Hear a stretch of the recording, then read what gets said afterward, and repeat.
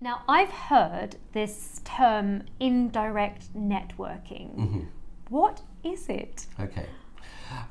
Well, if we consider direct networking as being you arranging a meeting with a person one-on-one, face-to-face, then indirect networking is a way in which you can reach someone and as a result build a relationship with them. However, initially at least, you can't just have a meeting with them because maybe that person is a lot more senior to yourself.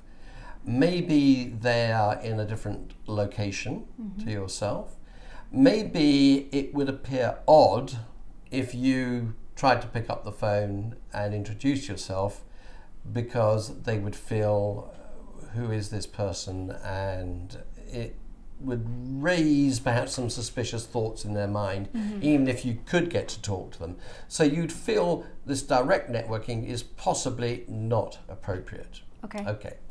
So with indirect networking, you use a function or an event or an activity to engage them in, as a result of which you will be able to talk to them, get to know them, and eventually have a face-to-face meeting.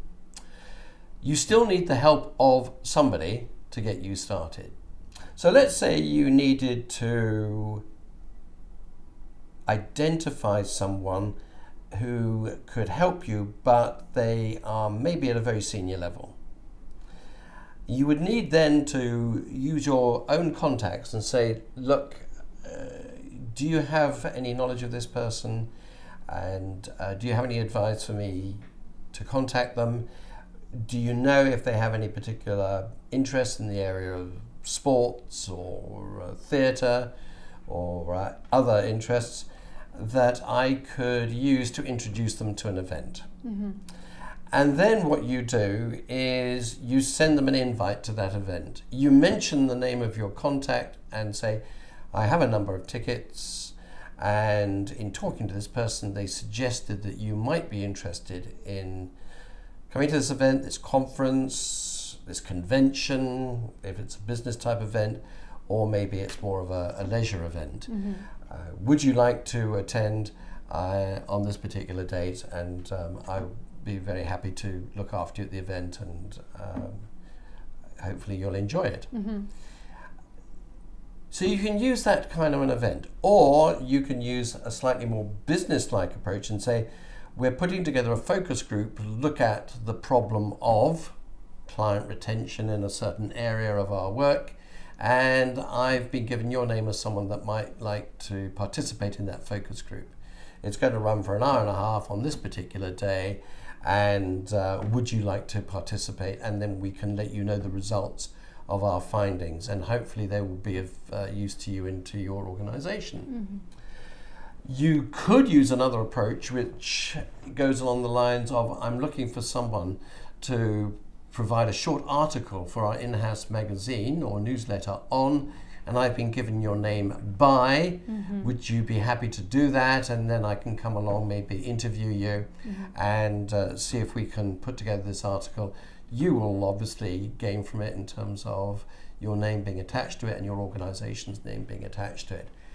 Or another one is that you can suggest to them that you have an important event, and would they be able to come along as an after dinner speaker or a pre-dinner speaker, or to open the event. Maybe it's on a particular topic that they have an interest in or an expertise in.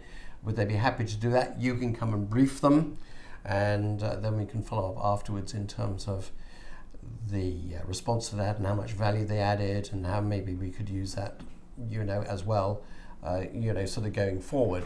So the indirect piece is that you're trying to put in place a number of steps before getting that one-to-one meeting in a way that would be comfortable for the person, would make sense to the person, would have good reciprocity.